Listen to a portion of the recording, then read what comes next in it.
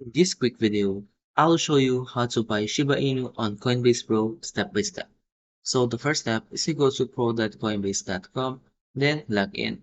Once you have logged in, make sure that you have your funds in your portfolio. And if you don't have the funds yet, you can click deposit, then choose what assets or token you're going to deposit. For example, USDT, click here, click here, and then you can use this wallet address or this QR code to deposit USDT from any exchange or wallet. But make sure that you are using Ethereum network when you are transferring your assets from any exchange or wallet. Now, once you have a funds in your Coinbase Pro wallet, go back here, click here, type down SHIB,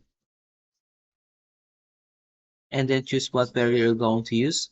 So for example, SHIB USDT, and then choose market limit or stop limit option. For example, I want to use market option. Once you have typed down the amount of USDT you want to trade, click place by order, and then go to your portfolio if you have received a Shiba Inu in your Coinbase Pro wallet. If you have any questions about how to buy Shiba Inu on Coinbase Pro, leave a comment below.